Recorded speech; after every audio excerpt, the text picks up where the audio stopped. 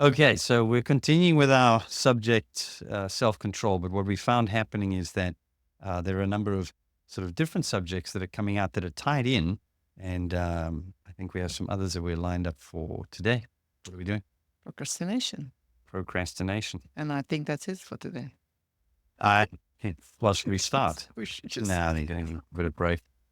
Okay, what does it mean, by the way? What is procrastination? Okay. That's an interesting one. This is actually when you deliberately, voluntarily delay something that you know is good for you and you still don't go with it. So you know better and you still do what you know should be done. So you don't exercise the wisdom that you have. So yeah, you don't apply what you know. Do you know what the word means?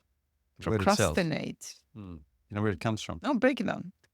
Pro obviously means for or Yeah. in favor of, and crastinus means of tomorrow or for Ah, tomorrow. Latin. So yes, so basically Ah. it means for tomorrow or Means we have been doing it forever, this kind of putting it off. procrastination It's putting off, So yeah, throughout the but history. an important subject. I think when we had our Absolutely. discussion on Monday night on Mm-hmm. the Mind Map Monday, it was something that came out of the discussion we were Yes, having on perfectionism. exactly. So perfectionism is one of those things that can lead to procrastination.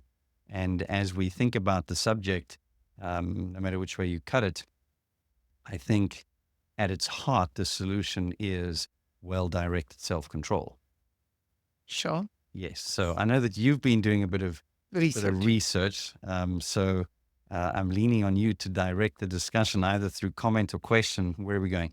Okay, so let's define why it's worth talking about procrastination. I myself was underestimating the effect of this. So when I looked at the research, it's showing that kind of vast negative effects, and not only on the immediate, kind of now and here, but more on your physical well-being, your emotional well-being.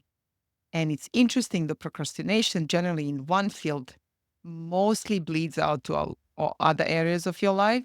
Um, so it's unbelievable how we underestimate wide negative effect of this. And interestingly enough, they showed even correlation with cardiovascular events. There's a high-end procrastinator, and they are more affected by anxiety, depression, and overall a poor physical state and mental state. So it's clearly has immensely important implications for how we feel and function. And I thought, well, if that, Implications are huge. And I think, when I'm listening to you describe the things that you've sort of picked up on, how far reaching the negative impacts yes, are, what I would be thinking is that it's probably not directly causal on its own. What I mean is it's not procrastination in isolation that leads to a lot of those things. Procrastination is probably an indication of other issues as well that the person has, which means they probably put off exercise, they put off eating well, yeah, as I say, it's so it spreads out in many respects, as we've said before. When you think about self-control in one area, oftentimes it can lead to self-control in others.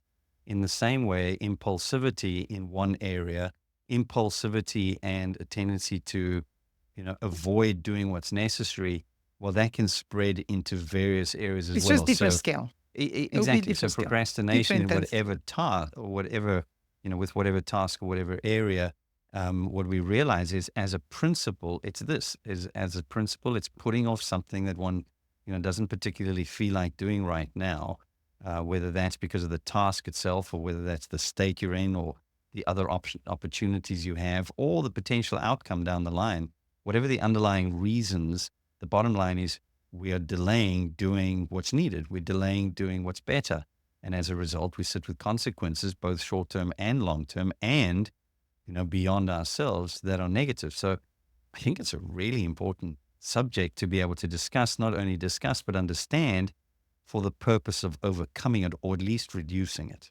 Okay, so let's go into how complex this is. Most of the time, there is some kind of correlation between procrastination and laziness, and that's definitely oversimplification. I think it's an oversimplification. Yeah. And so we're looking at factors that contribute to procrastination and actually deeper forces that run underneath. So one of the things I really liked when I was reading is quite often it's actually intuitive. We would say, I don't feel like it. I don't want it. I'll feel like it more tomorrow. Yeah. I'm doing it. And this is interesting. When we say I don't feel like it, we are talking about emotions. Yeah, emotions, but just generally a So sense of it might be physical and then no, physically feel like it. well, It's a no, combination. but we thought procrastination is a literally understanding prolonged delay. It's not, when you don't feel it, I can recover, right? I mean, actually, that's a different, like I can sleep and I can, get the rest. Well, But procrastination is really not doing long-term something. So you keep delaying the task to the point of detriment. You will have a consequence. And Well, you're aware of I consequence. think procrastination, then we need to look at it and say, I think procrastination, if we're looking at it, it's any time, frankly, that we know there's a task to be done that we are putting off for reason other than we've prioritized something else. Yeah, absolutely. So whether that's, I procrastinate a little or I'm a chronic procrastinator, the bottom line is all I was saying is it's not only the person, is impacted mentally or emotionally. Sometimes it is physical. No, of course. Yeah. So it could be a variety of Of course, things. if you don't sleep, obviously you're really not as So I able don't feel to. like it is not Yes. necessarily only But emotional. quite often when we are delaying, I don't feel like it. We Yeah. really do find emotionally, we're very in a certain emotional state. What I do like, it was mentioned that procrastination is a sort of, it's almost the home is in the, emotions, the negative emotions are home to procrastination. It's quite often, and you can see poor emotional regulation. And it's quite interesting if you can maybe unpack that a little bit, because as I was looking at it, when we are faced with a task that we don't, that doesn't reflect on ourselves in a positive way, or we are bored, or we feel anxious, or we feel we're going to fail, all of these things, we kind of do avoidance. Sure. We literally avoid. If you look at the mind map, the first thing we do, right, we describe it like this, is when a person is unhappy, dissatisfied, whatever it is, there's a negative emotion. There are naturally only a few things that we do or are inclined to do to try and rescue the mood, to feel better. Absolutely. So that oftentimes takes the form of, number one, avoidance. Avoidance, and it's typically followed by some sort of substitution or distraction. And, oftentimes it's also then accompanied by, if one is not engaging in those things, one engages in one's own mind with sort of running things over in one's own thinking, justifying why I'm putting this off. And so one ends up rationalizing a lot. Either way, one's using those or combinations of those to avoid doing the task that's required. And not feeling bad. So to tie in the natural component there with the emotions, if you think about it, we've already said when emotions are there, which are, mind-body experiences, on the negative side, the focus is on mood rescue. In other words, there is naturally a tendency to discount the future because I can't even think about the future if right now I've got a problem. And that typically is what drives a lot of impulsive behavior. So emotions that are negative, oftentimes instead of being utilized to actually motivate something that's going to improve things in the grander scheme of things, they are shifted and push us towards focusing purely on the feeling right now. So instead of, again, using that negative emotion to drive a fix or to drive saying, well, this is beyond me, I need to accept it and move on towards something that is my priority, I end up focusing purely on the feeling because the feeling in that moment is everything. And that is oftentimes why we would, in a negatively emotional state, procrastinate with little concern for what the future holds, because just by virtue of the fact that now is the problem, if I don't resolve now, well, there's no tomorrow anyway. I first got to get through now to get down there. And if I can't get through now, well, who's interested in the future? So that's an exaggeration of that, but that's basically what's happening. How can we be thinking about things way down the line when the problem is now? It's so they did quite a interesting research. So they were put in front of the choices that were supposed to impact the future. and one group got a photo of themselves present time, and one group got a photo of them quite aged. Mhm. And that's, just including temporal state of self. So understanding future self. So suddenly they had a projection of future self, and how will that impact the future self? And, how friendly you're going to be toward that one, how regretful the future self will be with the choice that you're going to make now. And immediately the choices will Influence, make. yeah. It's amazing how disconnect from the future Yes. self and not thinking in terms of really future self can impact, just how you behave right now.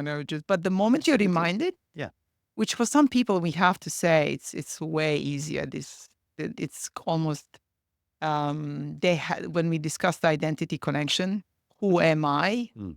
So who am I going to be? And so that is actually quite a long term. So my identity should stay forever and ever. I just have to keep confirming it and getting better. So you never forget the future self, because future self is still the one you have now. Mhm. It's anchored in identity. Thus, Yeah, I I think almost keep choosing things by default for the future self if I source myself in a very stable, good value system. when you're looking at what you just described, and I've not heard that was done, but again, it's one of those fascinating things that makes me smile. It's what you find in that particular situation, as I said, when a person is in an emotional state, a negative emotional state, typically what happens is the perspective, which is that lens through which we see the world, is distorted to bring the temporal horizon much closer to now. In other words, we don't generally then see that far into the future. So when a person now draws something into that attention zone to make me think about the future, now all of a sudden I've got something else to factor in, and it's me. Yes. So all of a sudden there is something more valuable to consider. But you're right, we don't ordinarily think like that because in many respects the focus is on now. So if the focus is on now, I'm not considerate of the future, whether it includes me or doesn't include me or anything. So it doesn't register. So to draw something like that into mind actually proves a lot. There are sometimes we just need reminders. There are sometimes we're engaged with something, and out of sheer forgetfulness, and I call that forgetfulness failure, which relates to that small working memory. It's I wasn't aware of the implications down the line in relation to myself, or I wasn't mindful of those kinds of things. And as soon as they are brought to mind, remember, we're wired in pursuit and preservation of whose maximal satisfaction? Our own. So to look at ourselves in that sort of way and think, oh, okay, I am taking care of myself down the line and I have to do this right now, it makes all the sense in the world if there is a sense of hope that my situation right now, as I work through, there is a future for me. You might have a person in a state of depression who was offered the same thing, and I wouldn't be surprised if it had zero impact on them. So that's a segue in the brain, and interesting how we are designed. Yep. So not only that we are designed, so pursuit of maximal satisfaction also means I do avoid discomfort. So we have dopamine, which is reward system, and then you have a sympathetic and parasympathetic system. So emotions negative emotions really are very expensive and taxing on the body. Yep. And by default, just think how we are. The pursuit of maximal satisfaction would eliminate firing up a lot of this, literally by design reactions to the stress, which body really doesn't like. So, and dopamine is a reward system. So, funny enough, we would literally rescue the mood through dopamine. So, attaching anything that dopamine fires, which is Correct. reward, and our environment is full of it. Yes. So, it's an instant satisfaction Yes. seeker, which is primed by dopamine Which in itself. many respects is what underlies exactly what you just described right now, underlies one of the reasons we become addicted. Yes. Yeah, it makes all the sense in the world as to why when, I start taking or doing something, and it's usually sensory or chemical or anything along those lines, that gives me an instant satisfaction of such magnitude Yes. that in many respects, it gives me the sense of big reward for reasonably small at reasonably low It's, cost yes. and almost instantaneous. It's almost like, the jackpot. The problem is it has consequence. And there are biggest dips. So the hyper, hyper kind of if you hyper your Yes. on that dopamine kick, Yes. then you have the biggest dips. And then As unfortunately, then you seek again the same thing they gave you. So after every yes. dopamine hit that is Yes. high, you have a That's why it's a equally downward low. spiral. Yes, and it's awful because you're now chasing it because you have a dip as Yes. well. And so you get, but that unfortunately becomes over time. And compared to reality, you're now really distorting acceptance of reality. I mean, you can in the real world, it's quite hard to get these massive dopamine kicks, to be honest. It is. And again, we've discussed this before. One of the things that we're wired for in the pursuit and preservation of maximal satisfaction is whatever we've experienced now that was something that we hadn't experienced before quickly becomes the new normal. So Yes. what ends up happening is there's a Because it's natural for the tendency. learning, obviously. Exactly. Yeah. But there's a natural tendency towards a desensitization towards things, which means I need more and more and more and more. And when you do that to the kind of scale that's going to happen, within the use of substances or something that's got a massive influential effect on the sensory experience, typically, as you say, it's going to take you up very, very quickly and it's And going to then drop you very, very very hard. And then in that desperate state, right? Absolutely desperate state with now even less view of the future, I'm given to to mood rescue again, which means I ordinarily go for the same thing that may not have the same result, which means I take more of it, which is why, again, that escalates so dramatically and so problematically. So it's really important that we recognize as we step back and in a state where we're not in a desperate craving type of state, that we look at it and say, let me almost plan and manage myself ahead of time, knowing that if I'm starting to feel fatigued or I'm starting to feel emotional, let me be cautious as to how I might be inclined to respond. And that might be I need to create an environment that makes it difficult for me to go ahead and give in to the impulsive kinds of satisfactions or the easy satisfactions that could easily become something that becomes habitual for me. Because once that's happening as well, now something has become habit. Now I'm not even thinking about it anymore. Now I'm automatic. I don't even realize I'm procrastinating or seeking this or seeking that. Which again, unfortunately, in a world of cause and effect, every time you do it, whether intentionally or unintentionally, it's going to have an impact. And if what you're doing is ultimately negative or detrimental to your health and well-being, whatever it is that we're considering, every time you do it, again, it's going to be a problem. So we need to be very careful of what kinds of habits we allow. And procrastination is very much habitual. So just to kind of round this, so we have environment, we have the way we are designed, Mhm. we have our emotional kind of regulations there. So and we have Well, I tell you what, when it comes to procrastination, I like to look at it from four different angles. The first one is the task. The second is the person. The third is the situation. And the fourth is the outcome. So I like to break it down like that because every one of the things that are involved there could influence whether or not a person is going to procrastinate. In other words, push something off for sake of something instantly more satisfying. So when it comes to, for example, the task, if the task is unclear, if the task is unpleasant, if there's uncertainty involved, that immediately creates a sort of a hesitation or a delay. So the task itself is going to have a significant influence in terms of how it's going to be related to by the individual. So that's why typically tasks that are potentially boring or dull or not particularly satisfying in the moment, or too certainly, hard, or too difficult. So yeah, way above, yeah, and it's just such a high effort. exactly. So it's going to cost me a But lot. the results are really not in line with the effort, or I Yeah. just really feel bad about myself. I just realize I'm not good Now at you're this. into the person. So Yeah. now you've looked at the task. Now you're going to look at the person. Now that could be emotional along the lines which we discussed. It could be a mental fatigue, could be a physical fatigue. Sort of in the individual themselves, it might be somebody who's given towards something like perfectionism, which means, oh, I'm not sure that I'm going to be able to do this to the level that I need to do it. So I put it off, put it off, put it off because, I don't want to typically start something that isn't going to work out well, which I read ironically is massively counterproductive. But we're looking at those things and we find that in the person, again, in a mentally or a physically fatigued state, we've already said the natural tendency is to shift towards that neural circuit that is naturally more impulsive, less Exactly. considerate of the future, and more interested in rescuing the Because mood it's and less feeling better. costly. 100%. So we're looking at that and saying, well, that's typically within the person. There are some other things as well. As you said, they might doubt that they have the skills to perform this task, or, how might they be seen, or whatever else it is in terms of image. There are influencing factors that relate to the person, and which is a matter of perspective. So perspective as well as the physical, mental, emotional state. When you look at the environment that the task is taking place in, the circumstances or the situation, I just want to go to the person back to if the you don't. person, yeah. Yes. So I know that we discussed conscientiousness, Hmm. and I know the big five are always, something that most people are familiar.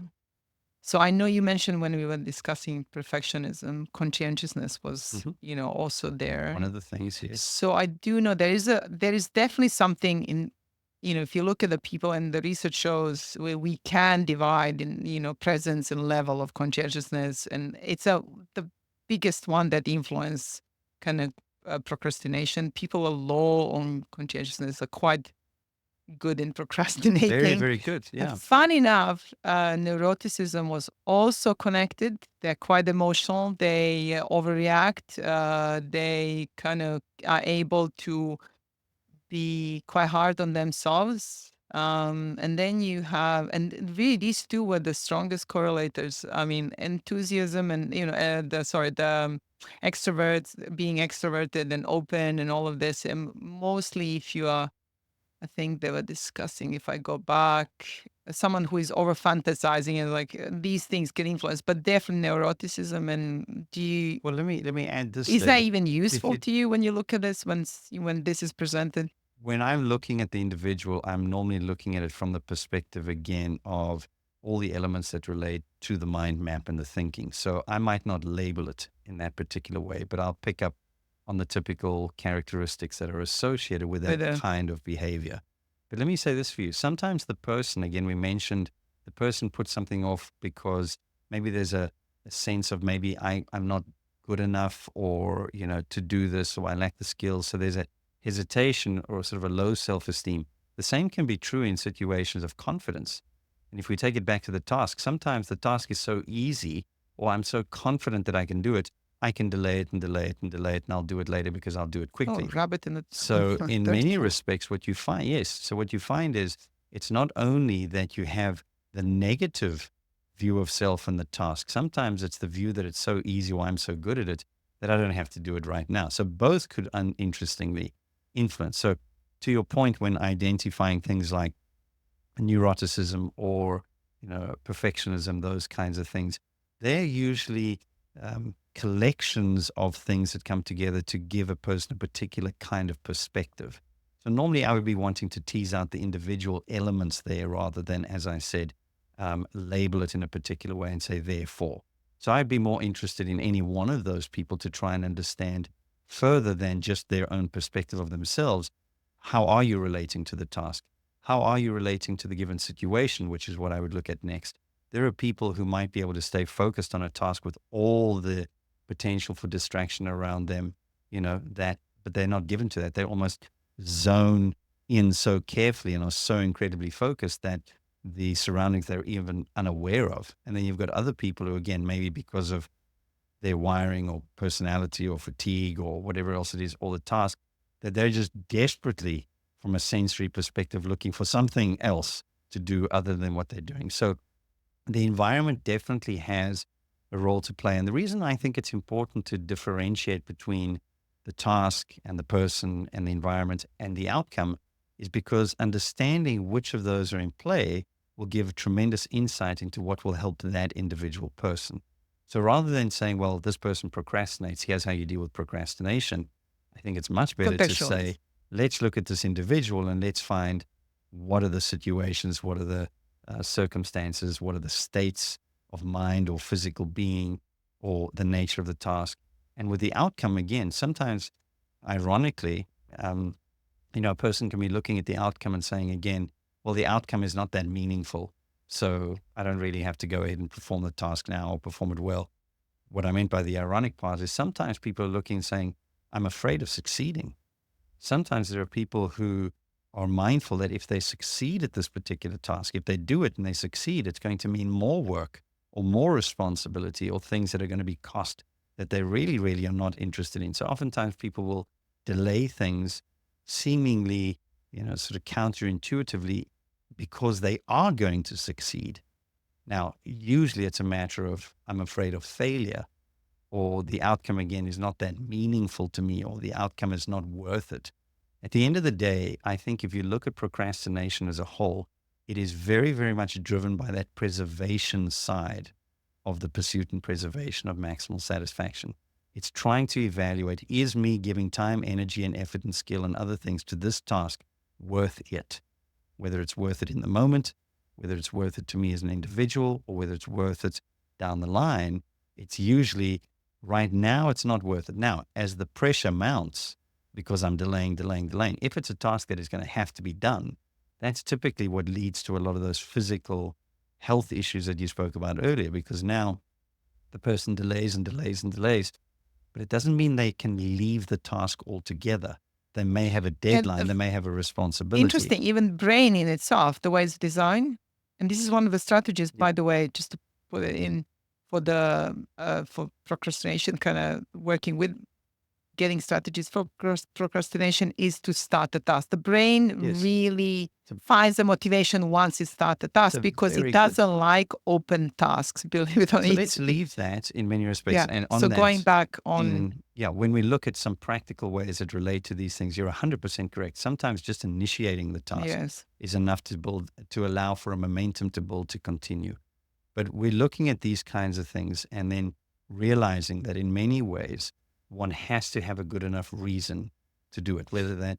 but this is interesting because they found that a lot of people who are aware that they're a procrastinator, Mm. they have a guilt and shame. Mhm. It really is what is creating this negative of kind of emotional cycle within them, and that eats into kind of self-esteem and kind of add anxiety, and with that they're entering every other task, Yeah, and so now it's a vicious circle, right? That typically becomes that, I think. and so now Question. they're reinforcing negative emotions, and now they even need more of kind of mood rescue. So now I need more seeking of, because the emotions are now getting bigger and bigger, which are negative in this Yeah. case. And now I need more to kick with any instant pleasure. So anything that will increase easy consciousness change. So drinking, partying, music, Netflix, binging, whatever, and just jumping out of task. But it's interesting. So it's these emotions that are poorly regulated. I just find it interesting.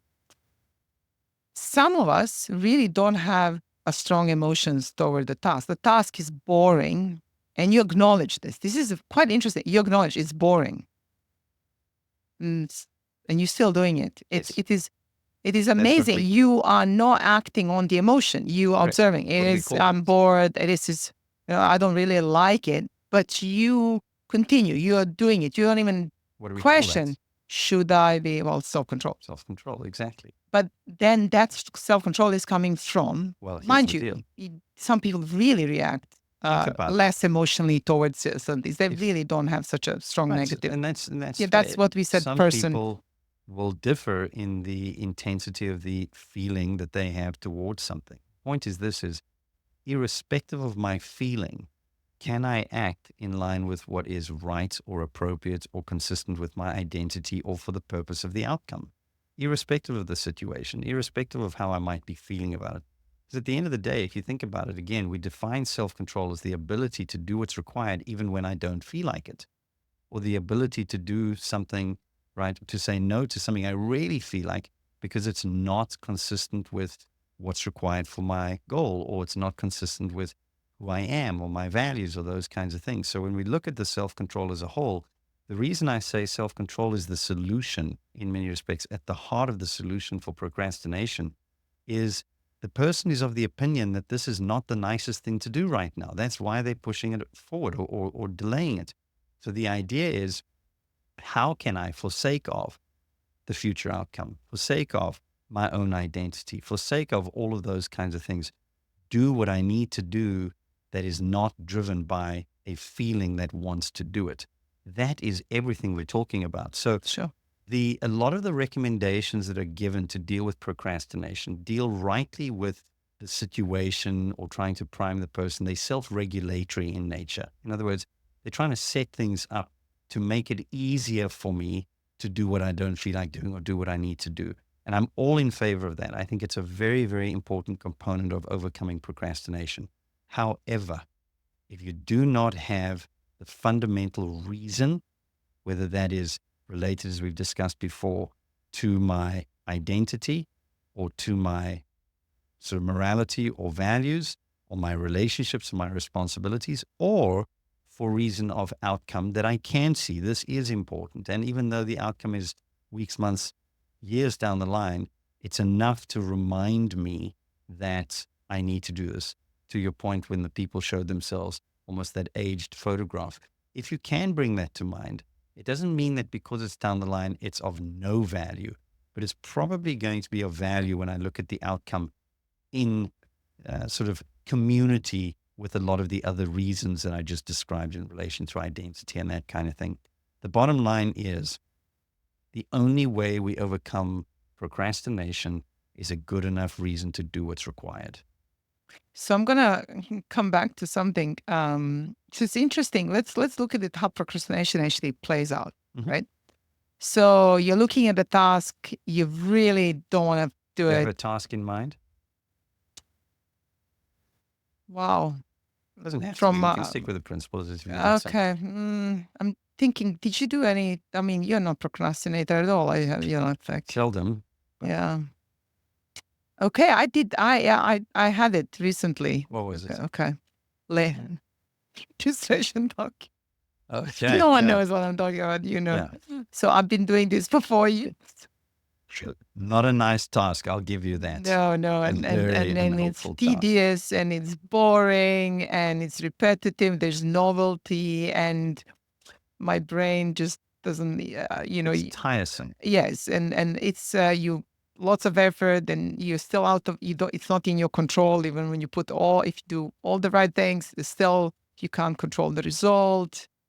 Yeah, it's continuous. I mean, it's ongoing. Eats a lot of time. It's a prime candidate for procrastination. I will give you that. It's a Time task to that, explain this. man, it is. Yeah. Right. Okay, so so I knew I should. I had around 25 odd products to do this for. So I delayed. I actually delayed. You occupy your time with. I think That's a good idea. our conversations. I'm Yeah. thinking, reading. I literally went for what gives me a pure pleasure. So my guess is you were listening to podcasts. Absolutely reading books. Yeah. It's No, not I completely felt useless. no, but I right? felt immediately good because this gave me such a easy out. Yeah. Because no Easy one to could judge justify. me. No one could judge me for Exactly. I was Easy just to justify. now. And that's exactly what we do. Unfortunately, Mm. still the task was there. Unfortunately, it has to be And done. I can tell you, I mean, it was increasing in tension as the days were going. No matter how much I was indulging Yes. in this stuff that I love, Yes. the fact it was just increased. I mean, at one point I just didn't know what to do, and There's it was. And funny enough, solution came because I kept on thinking, and it's actually in one of the solutions as well. Because I kept on thinking 25, and 25 was very time costly. and Oh my big, God! it's just And much too it's big now a process. I wasted so much time. That 25 really didn't have enough time anymore left to be done. Right. And everything else was coming because every day there's something new. Yes. And I was getting more and more stressed. And then I realized after talking to the team, why don't you do 5? Yeah. Why don't you do 5? Well, let's prioritize. Let's do 5, and then we'll do 5 when you do this 5. And suddenly I was like, okay, I have time for 5. Yeah. I actually have 5. And I immediately was like, oh God, that's great. I can handle that. I'm not gonna be bored so much with 5. I'll have still time for stuff I like to do, and then you just realize it was reframing. It was just literally What a reframing. good point. So, in fact, as we wrap this up, because we're only 14 minutes longer than Now what I we was resolved, we expecting. resolved my problem. Thank Okay. you. So, what we do is when we're looking at those elements, which is why oftentimes I like to break things down the way I did there to those 4 Yeah, areas that task is after contribute. person. Yeah. So, what one looks at, one Fine. says, okay, sometimes what's helpful in that situation is shrink the task. And there's lots of good material on how to do that. Just start, just do 5 minutes if you can. And oftentimes people would start, say, housework for 5 minutes. I think there was a book written specifically on this subject, on just get going. Honestly, you're not trying to trick yourself. You're just simply saying 5 minutes. I sometimes say this to people with exercise. Not even trying to trick you. Go ahead and start walking for 5 minutes, 2.5 minutes there, 2.5 minutes back. Inevitably, what they end up doing is they'll do twice that or 3 times that, because as you say, you just need to initiate that particular thing. So shrinking the task is oftentimes a very effective approach, right?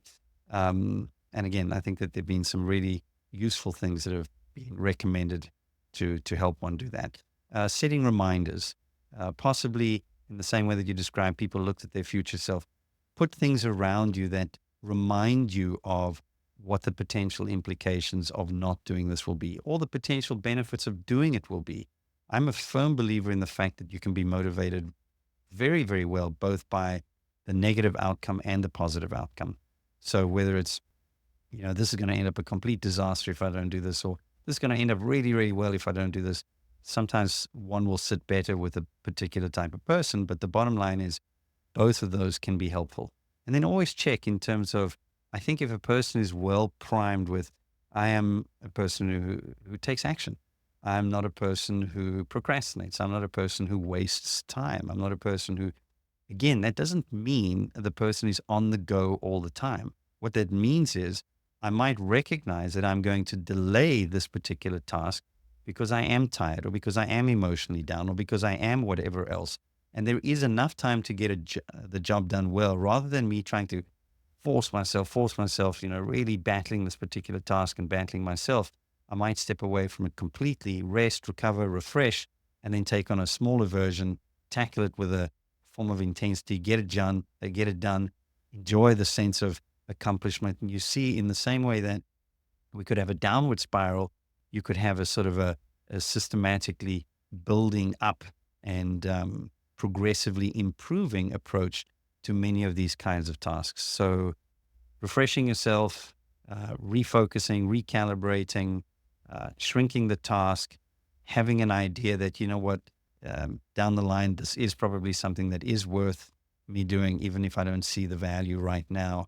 And then make sure that if I need to make the situation that I'm in easier by switching off the TV or putting my phone away or doing it in a particular place, that my mind, in pursuit of maximal satisfaction and finding this particular task particularly, unpleasant, all of those things will be helpful.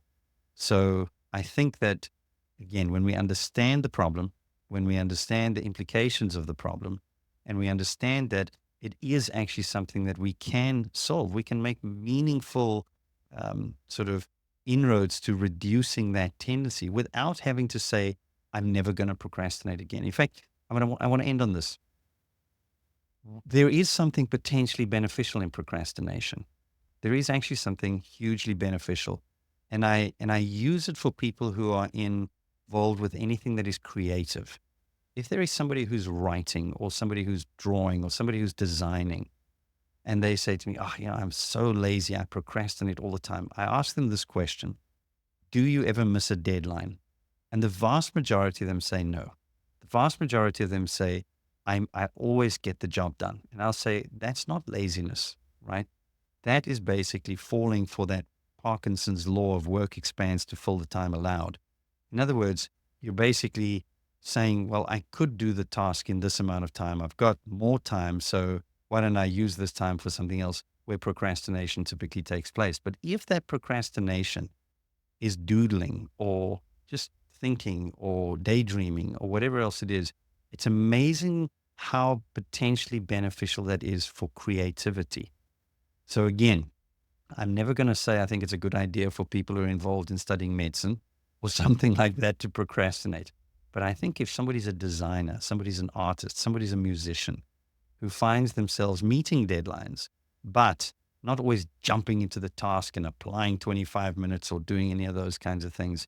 Let's just say that there is potentially some value when the mind, the brain, the thinking is free to sort of float around a bit. I wasn't expecting to say that, but I do think that there is a place where it Maybe could be that's not beneficial. procrastination then. It still falls into the category of putting off the task that's required, unless the person is planning, as I said, prioritizing rest. But that's usually not how It doesn't have creativity any works.